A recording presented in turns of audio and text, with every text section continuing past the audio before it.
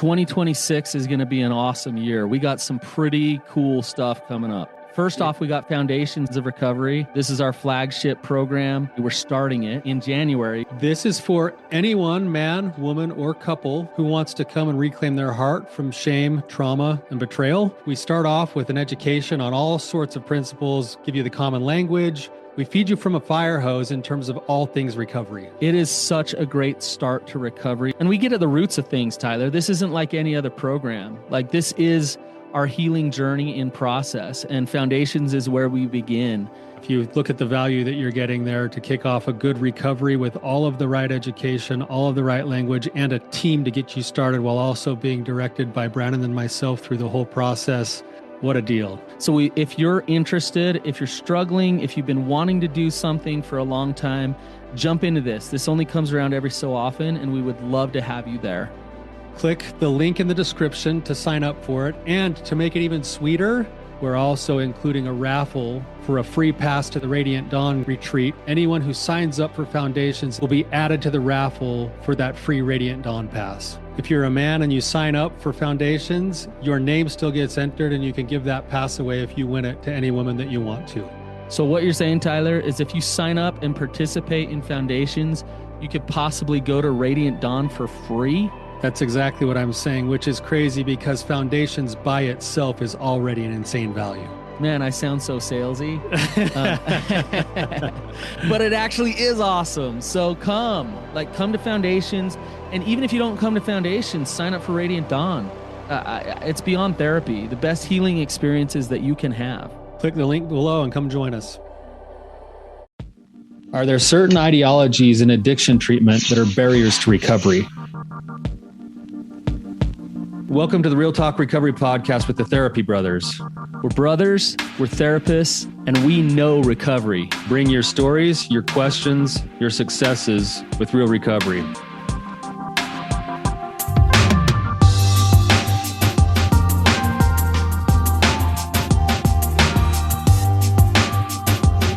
I can't wait to dig in here.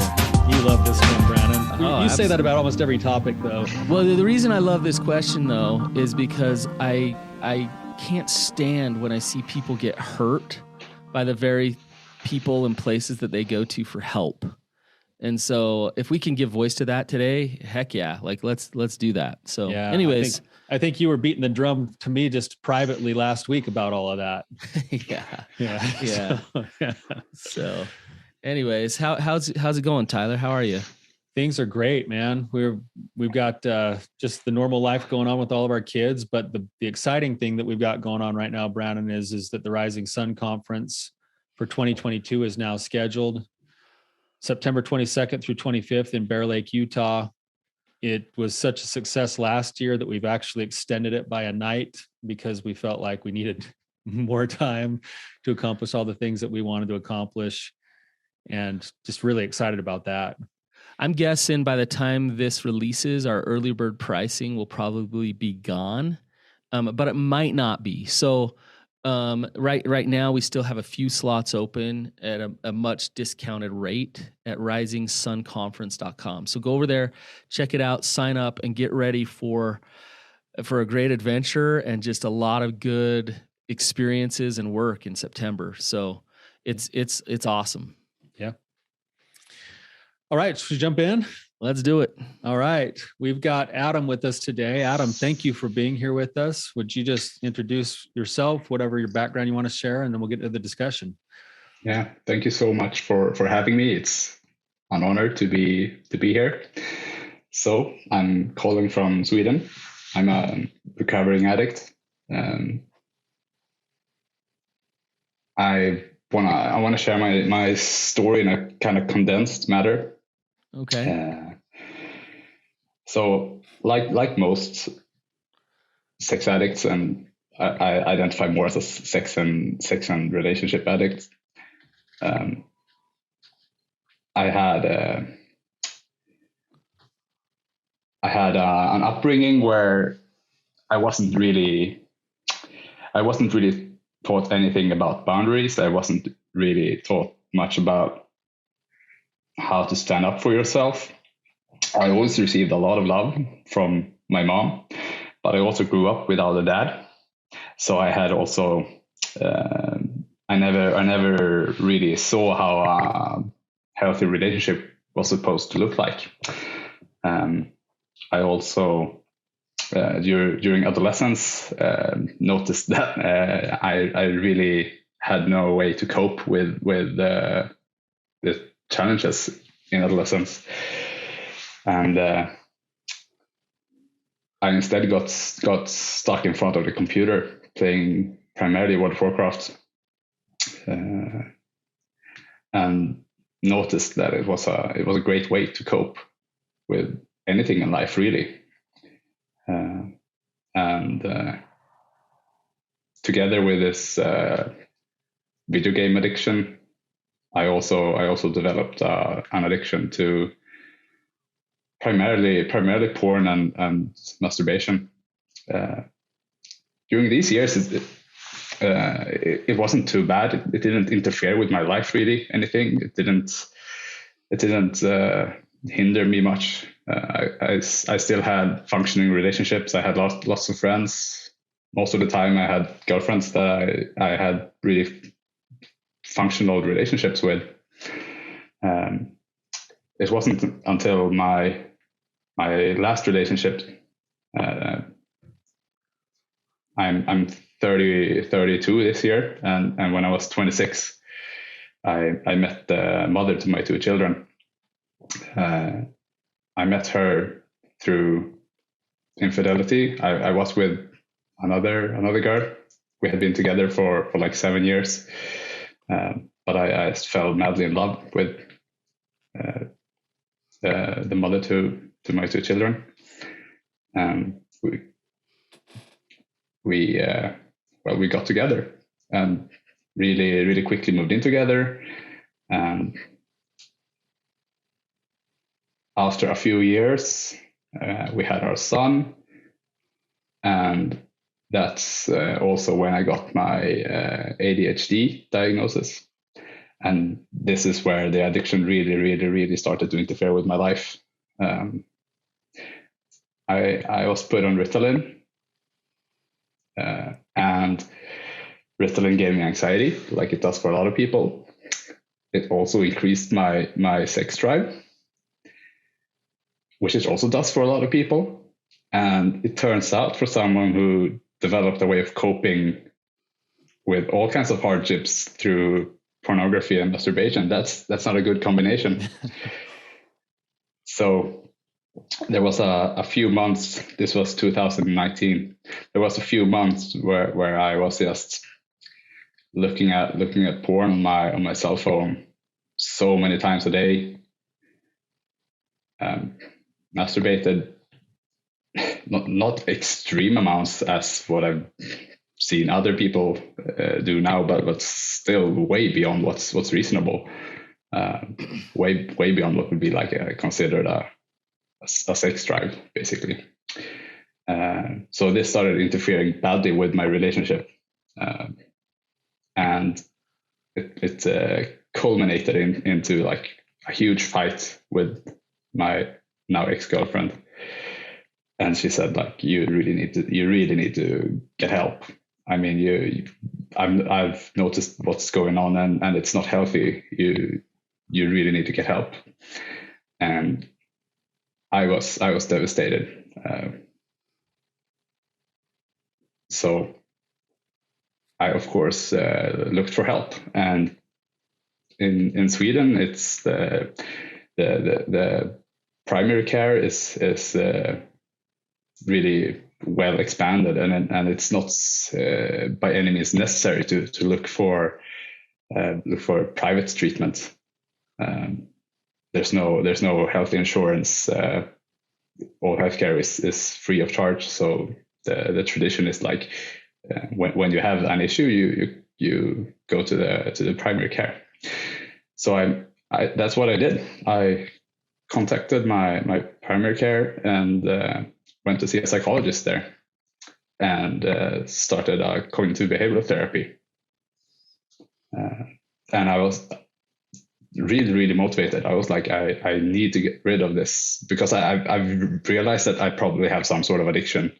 because I've always felt like I have this addicted mind, where I can really easily like get stuck in stuff, like I did in video games to my teens. In my 20s, I did a lot of triathlon. I did 4 Ironmans, which is obviously that's a sport that really favors an addicted mind. Compulsion. Yeah. Well, the weird thing with the triathlon is like there was never much anxiety in it. It was just like I just think all that training really like feeds the brain with dopamine, and it like felt good. But there was no like no anxiety and no fear of missing workouts, etc. But it's obviously really easy to overdo it. But I've always felt like I have had an addicted mind.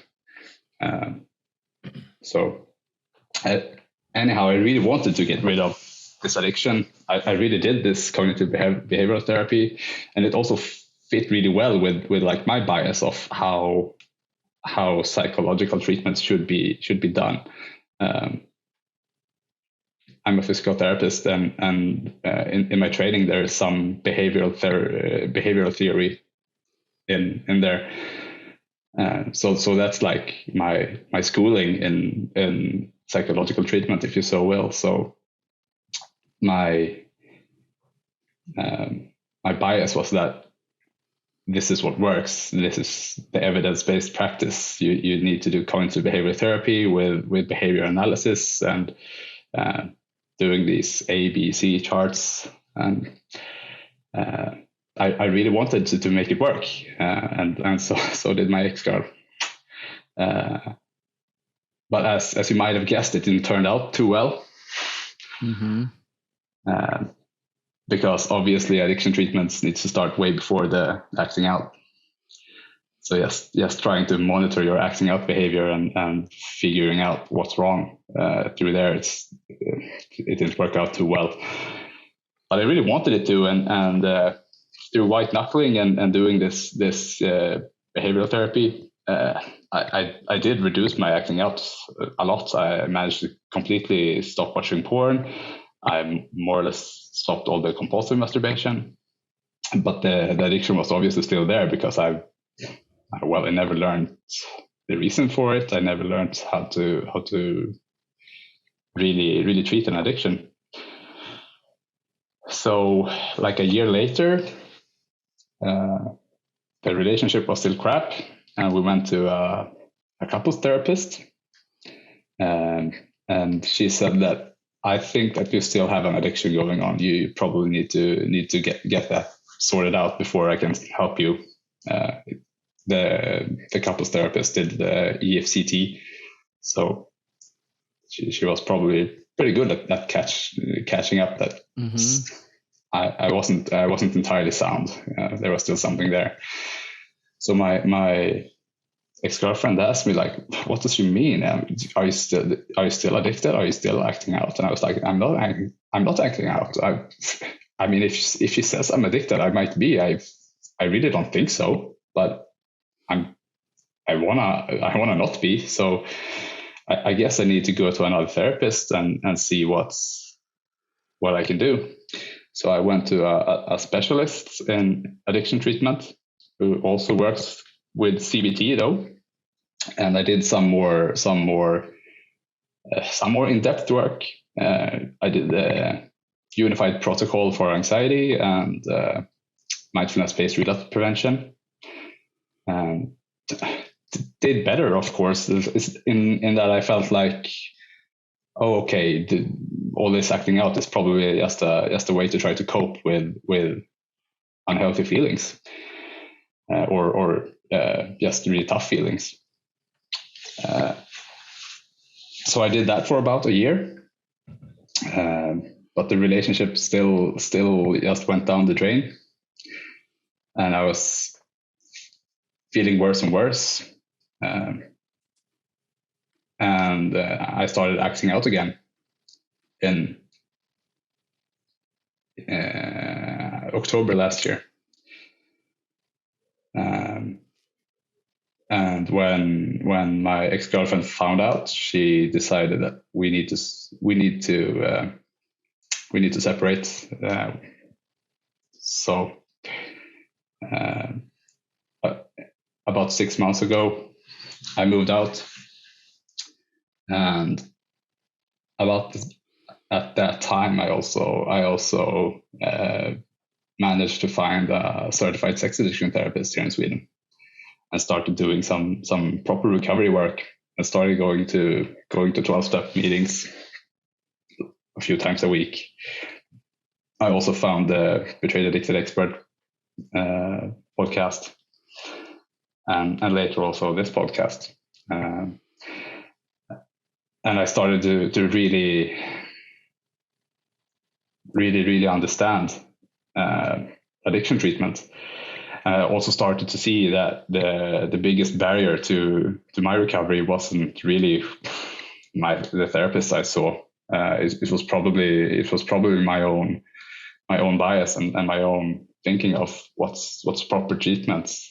I was thinking that the treatment needed to be focused on the behavior, that the behavior was the problem. Mm-hmm. My sex addiction therapist told me, like, no, the behavior isn't the problem. The behavior is the solution. Mm-hmm. You need to go way back. Mm-hmm. And that really started to change things in me. I started to realize that maybe I shouldn't be so certain of what kind of treatment is right, and not be so sure that the evidence has all the answers when it comes to addiction treatment. And also, I just heard on one of your pretty recent episodes. It was probably two months ago, where I think it was you, Brandon, talking about how many people in like the evidence-based addiction treatments achieve recovery, and it was horribly bad. Like, yes. I don't remember. It's like 10% or something. Yeah. Adam, if I could comment here, just first off, I want to say, clients like you are just awesome, and this is why. As you tell your story, I'm seeing a man who is seeking for answers, is humbly seeking for answers, and the thing about it is CBT, so that's cognitive behavioral therapy. I love CBT. CBT is awesome. It's pretty amazing, and it's probably the most popular form of therapy. But CBT is awesome for symptom management. It's awesome to really help you with relapse prevention, and if just CBT is there, then it really sets you up for some good white knuckling your way through.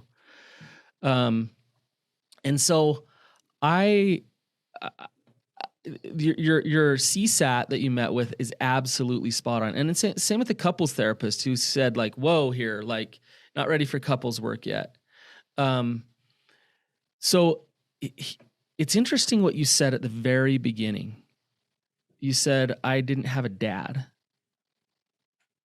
Right? So you mentioned that pretty quickly, and then talked about how you fell into video games and acting out, and you probably beat yourself up for a while you're in your relationship because of those compulsive behaviors. But why do I bring that back up again, Adam, that you mentioned that I didn't have a dad? Why do you think I'm bringing that up? What I've been noticing now is that it's really obvious that no one has told me anything about how to be a man. Really, yeah. There's been no way to really see how a man can handle his emotions and how a man can handle his relationships. Yep. I've never seen anything about it. I had like a stepdad, almost, which was like my mom's best friend.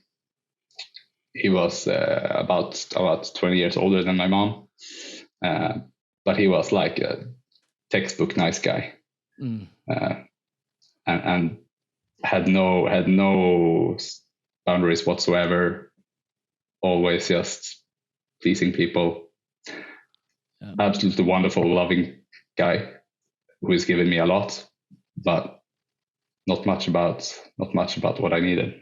So To be a man. Yeah. exactly, yeah. Did you ever? You have never met your dad? No, never.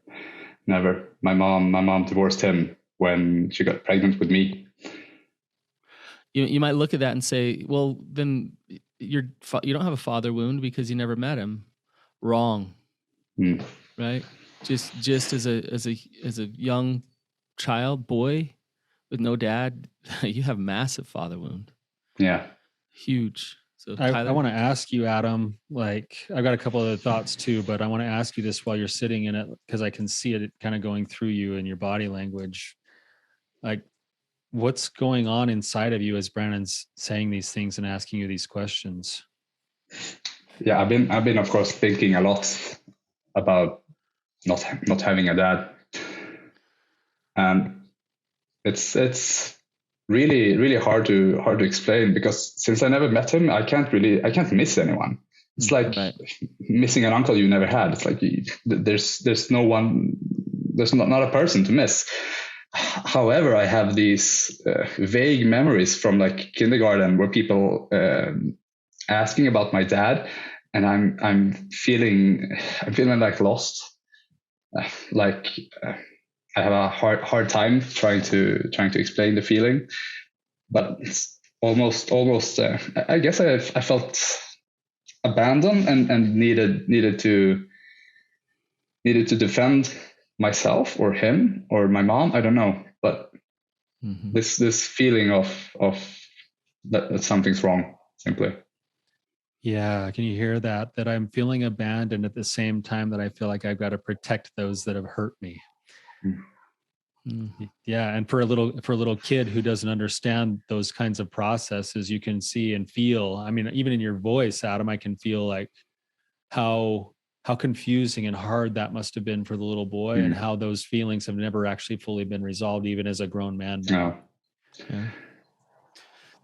Adam, you say I've never really known what it means to be a man, and I want to kind of contrast that with this question of what did this might seem really random, but what did Warcraft do for you? Why did you love Warcraft so much?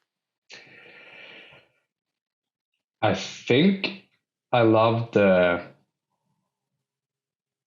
partly the social part of it, that it was really easy to bond with people through the game, and I also loved the adventure and building your character and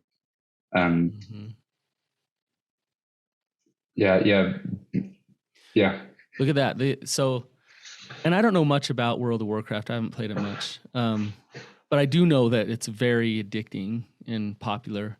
But the adventure and the connection. So you just said those two things, and I would wonder too if there's some type of conquest as well, some type of. Yeah. Hey, Brandon, what does the Rising Sun Retreat include? Well, not only is it your lodging, excellent food by a professional chef, brotherhood with a bunch of guys who are there to heal, but it's so much more. If you don't believe me, don't take my word for it. Listen to what they have to say. If I had a friend who was contemplating attending this conference, I would say do it. Sign up as soon as you can. Man, you got to do it. You got to do it. I'll be you guys' advertising arm, because I'm going to tell everybody I know about this conference. Oh man, I would say, again, I have nothing but positive things to say about it. So there's no reason not to come. Definitely attend. If you have the means, it would be a mistake not to come. Do it. You won't be disappointed. Well, I would say it takes a leap of faith to come to one of these things, because you're not going to know what it's going to be coming into it, and it's completely worth it. Just go for it. So I would tell that friend that he should definitely come. It is definitely worth the time, the effort, the money. If you have any thought whatsoever whether or not you should go, just go. even after I signed up, I told my wife I didn't want to come the first day. I was like nervous as all get out. I knew it was going to be uncomfortable, everything about it. But I would look at that person and say, you will never regret. To help you to know how to find the joy that you're seeking in your life, to do this, take it seriously, and add it to your regimen moving forward. It has been powerful, just incredibly powerful. If you're interested in attending our next Rising Sun retreat, go to risingsun.org, risingsun.org, and check out more stories like this. Hurry up because space is limited. I would wonder too if there's some type of conquest as well, some type of you win or, you know. Yeah, exactly. And then you win with other people. Right. With other people. So look at what you're getting there. So from a child who feels somewhat abandoned, like I don't have a dad to take me on adventures, to do these things. And then you find Warcraft, and it's like, oh, this is kind of filling those needs for me. Then you find sex, you find pornography and things like that, and women, and it's like, oh, now I'm wanted. Now, I'm seen, I'm wanted, I'm desired. So now all of these things that you truly desired as a kid, you're finding things to fill those gaps. But as we all know, that those things, it's actually, it will never actually get you there to what you're actually desiring. And it starts to create shame. It starts to create self-rejection and those type of things, and feed the very faulty core beliefs that were caused by the wounds in the first place. Does that make sense? Absolutely. So we really got to look at treatment. We got to look at how do you address what actually needs to be addressed? Exactly. And I have some thoughts and ideas. Tyler, did you have any comments? Yeah, I do. I want to say something because you're going to lead into where I think we're going to go anyway. But with the way that you just checked in, Adam, I also just want to echo what Brandon said. Like, you being here today is an absolute gift to everyone who's listening right now, because you're showing up with a heart that is exactly in line with the heart you want to see with somebody who's ready and willing to change. And you've actually kind of gone through the journey in a very similar way to how most people go through the journey. So you've painted it perfectly. And I just wrote down a few notes. First is that I realize I finally have a problem. I try to address it through sobriety. That doesn't work. I realize that my problem's a little bit bigger. I try to address it through emotional coping. That helps a little bit. And I've gotten better systematically by doing it, but that still hasn't worked. And now I'm finally getting to a new level, which is, wow, there's some deeper emotional stuff here. And I need to figure this emotional stuff out. And the beautiful thing about where you've gone is that the things you've done aren't bad. They've actually been helpful. They're the kinds of things that you look at, but they're much more effective when they're put in the context of the bigger, broader picture of this thing. How you've already got yourself right down to the core of where you need to be going, Adam. How do I be the best kind of man I want to be? And if you were to go and pursue a lifelong journey or quest of how to live that answer, you're going to take care of emotional coping and you're going to take care of sobriety. But you're going to do it from the inside out instead of from the outside in. Yeah, exactly. And that's where it all just fell apart in my previous attempts at treatment. It was like so shame driven and so driven from I need to do this to get better so that other people can accept me, and I need to do this so that my girlfriend can love me and be proud, and not I need to do this so that I can finally be the one I really want to be myself. It's interesting. You say you're going to 12-step, and I love the 12 steps. And I don't love some of the cultural stuff around 12-step groups sometimes. So some 12-step groups are awesome. Some 12-step groups are actually counterproductive to actually truly working the 12 steps. And this is what I mean by that. The 12 steps are all about acceptance, honesty, self-forgiveness, like really forgiving yourself for your character defects and owning those things. Authenticity. And ultimately the 12 steps are a spiritual progression of healing.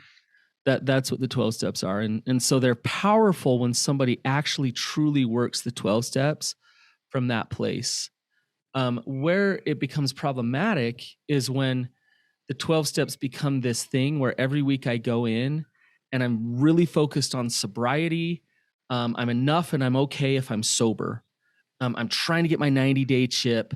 I'm trying to be, and so I'm actually, going to 12-step group and using it more as means to white knuckle my way to recovery. And that's not actual recovery. Recovery and sobriety are very different. And recovery is recovering an understanding of who you really, truly are. And the 12 steps can absolutely facilitate that as long as they're actually worked in the way that has everything to do with step 3, turn your will and your life over to the care of a higher power. If you do that and you go forth with the 12 steps, that spiritual component of healing starts to happen. Go ahead, Tyler. Brandon, it's like just to shrink that down to what you just said, the principles and steps themselves are 100% in line with what you'd call the principles of a wholehearted life. That question that, Adam, you have, how do I be the best man I can be? The 12 steps have a lot of those answers. And if you were to go to a meeting and you could introduce yourself, hi, I'm Adam, and I'm a freaking amazing man who happens to have a problem with an addiction, instead of, hi, I'm Adam and I suck because I'm an addict, right? Like if I could show up and actually be working towards this idea of this is who I'm becoming and this is who I am, and I happen to have some problems, then the principles inside of that are inside out kinds of principles, right?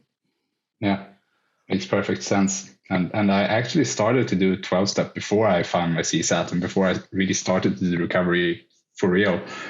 But it didn't make much sense to me because I didn't understand really why I was there. I thought it was like, I was thinking, for how long do I need to be here? When am I going to be cured? This feels like such a waste of time. It takes me three hours of my evening, and I want to go work out. I want to be with my kids. I want to do other stuff. And I pretty much did like the 3rd step in reverse, where it was like, I did not turn myself over to anything. I was like, I'm the one who needs to fix this, and I'm the one to willfulness. Exactly. Just white knuckle. Yeah. There's the missing piece that I see with recovery that really makes all the difference. And you haven't done any EMDR, have you? No trauma work. So I've facilitated a lot of EMDR, and some sessions have not worked at all. And the reason is because the client is very much in their head still, and their ego is very present in that session. And that protective ego is putting all kinds of thoughts in the way things should be and what they should think and what's Brandon thinking. So I want to give him the right answer. And it really gets in the way of real healing. And my experience with ayahuasca and San Pedro and plant medicine and EMDR and other trauma modalities and therapies, that when it works is when somebody is willing to surrender, to let go, and to allow themselves to, ultimately what I see is to let God heal them, is to allow themselves to feel something inside of them that they're not trying to protect, they're not trying to control, and it's a very powerful, spiritual, emotional healing experience that 12 steps can get you there, EMDR can get you there, another modality, ART, plant medicine, all of those things help you not get rid of your ego, but get it out of the way so that you can experience God healing those wounds that are there. That's the deepest work that you can do. You put CBT on top of that, great. CBT is awesome with that, right?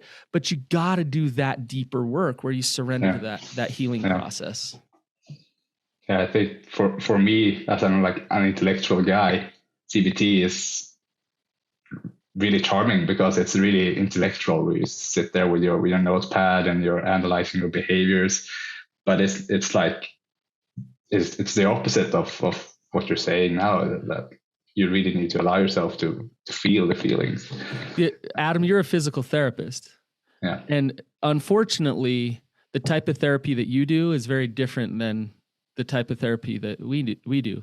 Like if I hurt my elbow, you could help me with my muscles and all that. That's great. The fact of the matter is addiction is an attachment disorder. Addiction is someone's attempt to find God.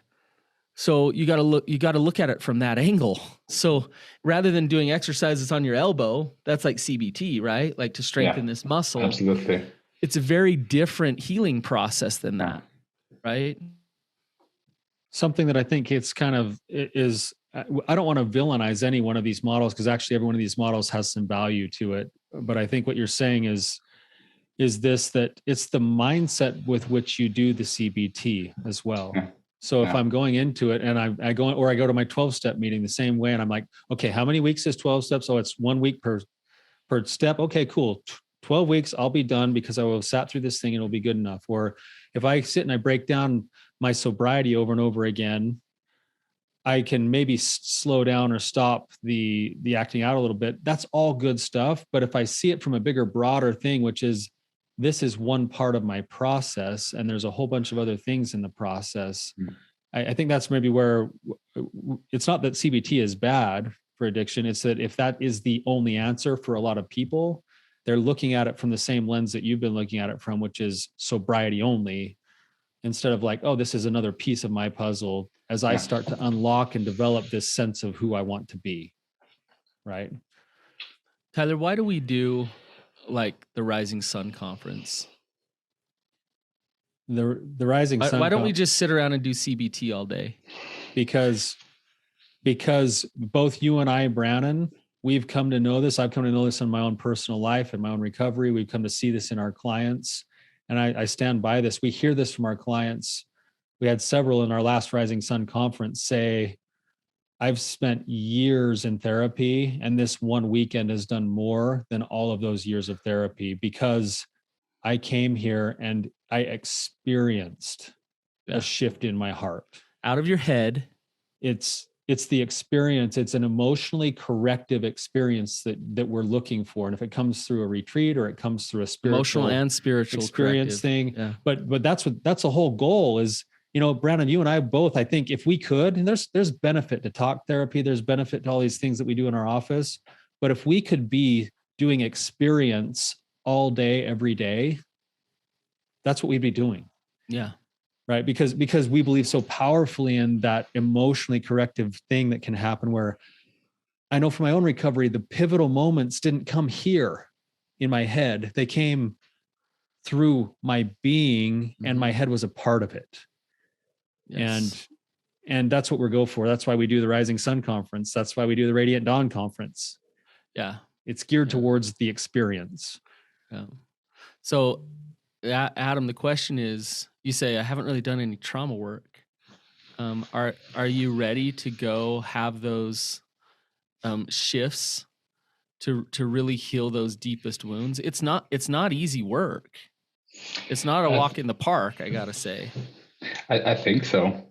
I take my therapy like really, really slow now, because I've been doing exactly like you said, Tyler. Like, I do this for 12 weeks, and then I've done the course, and then I've achieved sobriety.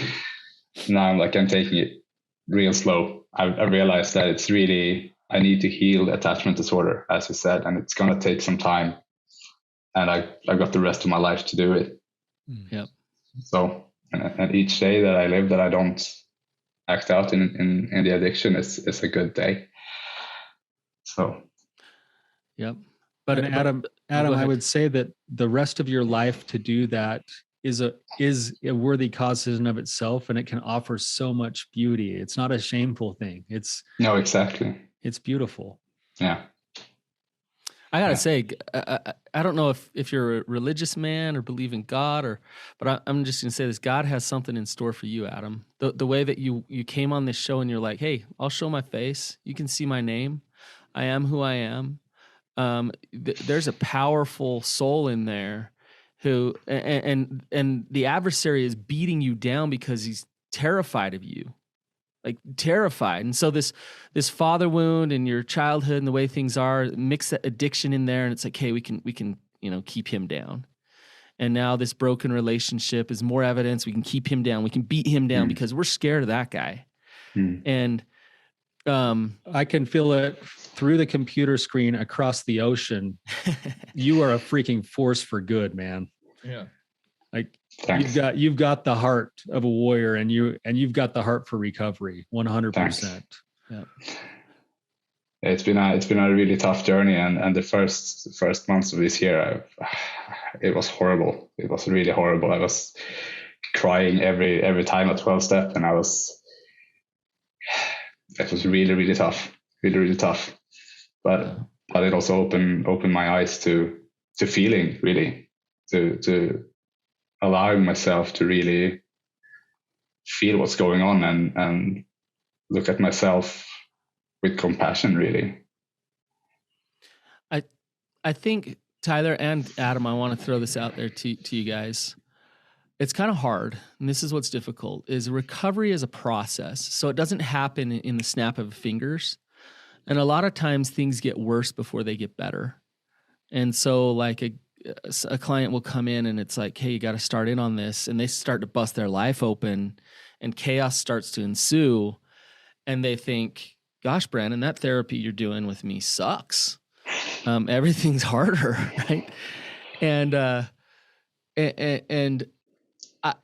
So here's the thing that I think somebody needs to really look at and do is don't just trust whoever. Like, okay, I go into a doctor and they do CBT, so I guess they're the expert. So yeah, don't just trust whoever, but be willing to engage in a process. So if a client comes in with me and they're like, man, Brandon, that sounds really hard, but I'm feeling some truth. My intuition, my gut's telling me I just got to stay in this process, then I'm going to see this through. If I'm not feeling this truth, but hey, you're the pro and you're the expert, so I'm just going to go along with this because you're the expert. Don't do that. Like seriously, because CBT is great, but Adam, that's not all you needed. You needed more than that, right? Yeah, for sure. Well, and to add on to that, Brandon, not only do you need the right modality of treatment, you need the right fit for the help you get in terms of personality and in terms of value systems as well. Yeah. So people who don't believe in, say, fidelity in marriage aren't going to come to a guy like me because that's part of the value system that I'm operating from. Right. And so I'm not going to be a great fit for somebody who doesn't want to like live that same value. And so when you're looking for help, you're looking for someone who's going to support your values as well. So you've got the right modality, the right like value system, and the right personality, meaning that the person you're coming to see, you walk away from feeling like they genuinely care about you and that you're not just a number to them. And if you get all those things, then you're in pretty good shape. Yeah, but I think as we're talking, like somebody could be listening thinking like, well, how am I supposed to find that? You know, somebody, you know, in some small town somewhere. And here's the thing, Adam kind of gave you a hint to it, which is you might not find the perfect therapist. It might be, and that perfect therapist that you do find, they might be available in like 8 months to get in with them. Right. But like, you know, find the right podcast to listen to right now. Sign up for the retreat. There's other things that you can fill in and really start to do that resonate with you in your healing journey as you kind of start to set up yourself for that therapy. And so don't play the victim to, well, the right therapist isn't there, therefore I won't get into recovery. Rather, no, I am creating recovery and that therapist will come along if I need them. Right. Adam, we're kind of getting a little short on time. Do you Have we gotten to your question yet? Yeah, I think we have. And as you guys are saying, it's when you really allow the ego to step out of place, to really feel like, is this really what I need? Is this really doing what I needed to do for me? Then you can probably achieve some good recovery. Yes. Yeah. Adam, I'm not sure how easy it is being in Sweden, but Brandon and I would like to invite you to come to the retreat at no charge if you could figure out if you could figure out your own travel. So I don't know if that's a possibility. You're the only guy that you would be there at no charge. So you're the only guy. So that's one more spot that's gone if you can accept I'm it. honored. So think it in through. September. It's in September. So take a look at your schedule. We've got your contact info. Please let us be in contact with you. And if I will try to make it work. I would be very honored to be there. We'd love to have awesome. you come. That's wonderful. Thank you so much. All right, Adam, thank you for your courage to be here, to share your story. I really hope this isn't the last time that I talk to you. So really appreciate you. You guys, if this was helpful, please share it with anybody that you think it will be helpful for. And thank you for listening.